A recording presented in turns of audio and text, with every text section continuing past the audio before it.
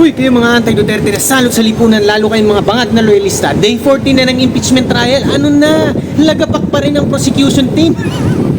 Ito mga kanoypya, tingnan natin bigyan natin ng magandang technical analysis ang nangyaring trial today, no? Unahin natin sa ipinagpipilitan ng prosecution team na madaliin at pabilisin ang proseso na talagang maling-mali, Simulan natin sa napakagandang performance ng defense team lawyer na si Attorney Christine Ferrer. Hindi siya pumayag sa kagustuhan na utuin ng prosecution team ang defense team, na pumayag sa kanila na may stipulate ang mga ebidensya dahil bawal na bawal yan sa ating batas. Under Rule 130 of the Rules of Court, no?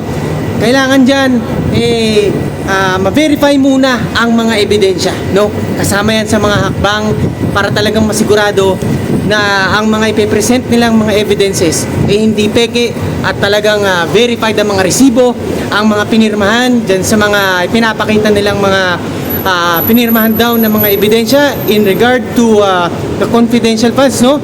Dahil pinag-uusapan nga dito ay ang Article 1 of the impeachment complaint, no? O yung misuse ng mahigit 600 million pesos daw na involved dyan sa confidential funds. Pero kung titingnan natin, kung susuriin natin mabuti, kita nyo, ang Rule 130 ng Rules of Court, meron niyang kapatid. Ito yung Rule 132, no? Ang Rule 130, para sa mga hindi nakakaalam ng batas dyan, ng mga bangag na loyalista, ang 130, it talks about the admissibility of the evidences, no? Pag sinabing admissibility, kailangan dyan nga na-verify muna at kailangan na-check muna nila yan. Bawat isa, imagine niyo 4,000 mahigit na dokumento tapos hindi be-verify. If I'm not mistaken, 4,492, no? Yan ang bilang ng mga ebidensya. Anong gusto ng prosecution? Basta-basta na lang tanggapin ito ng depensa? Ano yun? Isang katulong-gisan yan. Kailangan munang ma-verify yan. Yan ang gusto ng depensa, dahil hindi magpapauto ang defense lawyer sa kagustuhan ng prosecution na talagang i-shortcut nila. Dahil hindi naman to basta-basta usapin. Alam natin na sarsuela itong impeachment trial na ito at talagang political demolition job. Kaya hindi pwedeng basta magpaisa ang mga defense lawyers ni VP Sara Duterte, no? Kaya yan, sa 132 naman, kung ang 130, no, pinag-uusapan ng admissibility of evidence, ang 132 na kapatid nitong 130, pinag-uusapan dyan ay ang mga hakbang ba na ginagawa nila, katanggap-tanggap ba, no? Under the rules of court, no? So it's about admissibility and about the yung mga ginagawa nilang steps ba sang-ayon sa ating batas, no? So ang 132, dapat ang ginagawa nila dyan, pinresent talaga nila yung mga witnesses na nakakita kung sino yung mga pumirma dun sa mga resibo. Bawat isa yan. Ganun talaga ang batas, di ba? Kailangan pinapakita nila dyan na halimbawa itong resibong to, nakita ko na yan, pinirmahan ni ganyan yan, no? Tapos meron dapat silang ipe-present dyan na handwriting expert, no? O mga forensic experts kung tatawagin, na talagang magpapatunay na hindi peke at talagang yun actual na mga resibo talaga. Ganyan sa korte, hindi to basta-basta baranggayan. Sa mga bangag na loyalista dyan, sanay sa mga barangayan dyan. Sa mga malaiksenang parang sa show ni Tulfo, ang impeachment trial, no? O kapag ang usapin na-bring up na sa loob ng korte o kahit dyan sa kataas-taasang hukuman, kahit pa dyan sa Senado sa impeachment trial na ito, hindi basta-basta pinapayagan ang mga ebidensya na ilatag o ipresenta dyan o tanggapin nang wala talagang pagsusuring ginagawa at talagang yung checking na talagang mabusisi.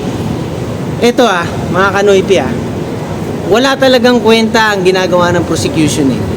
Ang gusto nila talagang gawin sumakay ang defense team sa kanila, no? Imagine niyo ito gusto nila na last week may kipag-meeting ang defense team sa kanila, no? Tapos pinalalabas ng prosecution na hindi na ikipag-coordinate daw ang defense team. Saan banda? Samantalang hindi naman talaga magpapauto, no?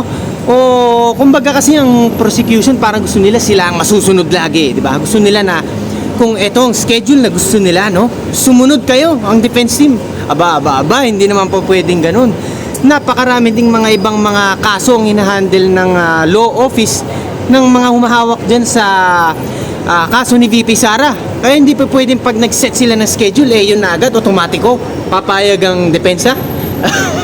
Ano sila? Sila ba ang hari? Di ba? Ito mga bangag na loyalista, kung talaga nagpapauto kayo sa sarswelang impeachment trial na yan, ikonsidera nyo sana ang ilang mga bagay-bagay, no? Imulat nyo ang inyong mga diwa at ang inyong mga kaisipan, no?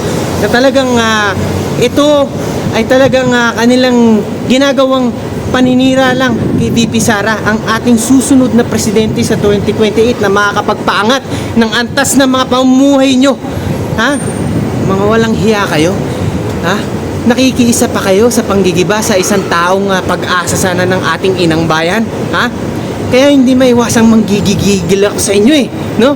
Imagine niyo, nakikiisa kayo sa mga tulonggis na mga buhaya sa ating lipunan, sa mga bangag na nandyan sa administrasyong bangag na ito, ha? Para sirain at gipitin lang si VP Sara sa mata ng publiko. Samantalang naghihirap na kayo, wala na kayong makain dyan kundi mga instant noodles at mga delata. Ha? Tapos hindi na kayo makabayad kahit na pang-application sa passport para makapag-travel sa ibang bansa, at nang makita nyo kung gaano na paghuhulihan ng bansang Pilipinas tulad dito sa Singapore na lang. Ha? Alam nyo, gumising-gising kayo sa isang malakomatos na pagkakahimlay, mga bangag na loyalista. At ngayon dapat malaman nyo, no?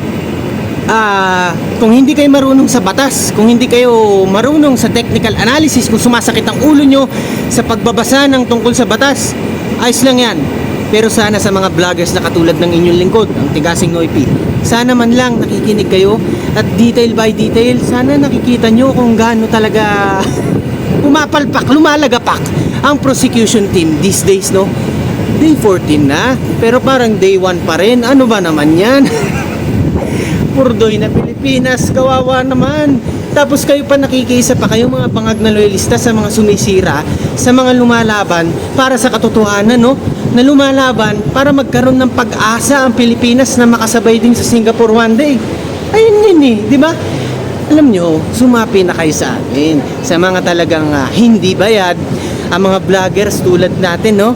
Hindi to bayad at talagang lumalaban at willing ibuwis ang buhay ng paulit-ulit. Simula pa noon sa lugar ko sa Makati, mag-isa ako lumaban kontra droga. Ito mga dapat hahangaan nyo at ang mga dapat na sasapian nyo. Dito kayo dapat sasama at maniniwala. Hindi sa mga bayarang vlogger dyan, katulad nung isa na ganun na ang at nung isa si Kuya Germs ang datingan. Master Siomay, di ba? Ang forma-forma pero puro filter, si Boy Filter. Dito na kayo sa mga bagong sibo, sa mga bata-bata pa, sa mga mabilis pa, maliliksi pa mag-isip, di ba? At talagang mga tumitigas pa. So hanggang dito lang muna tayo mga Kanoy Pino at sa aking mga bangag na loyalista. At hanggang sa muli, yan, lagi ko yung pinapaalalahanan na lagi ko yung maging makabayan ng sa ganoon ng Pilipinas ay maging Singapore din one day. Hanggang sa muli, ang inyong pinakasiga sa mga siga, Tigasing Noy P.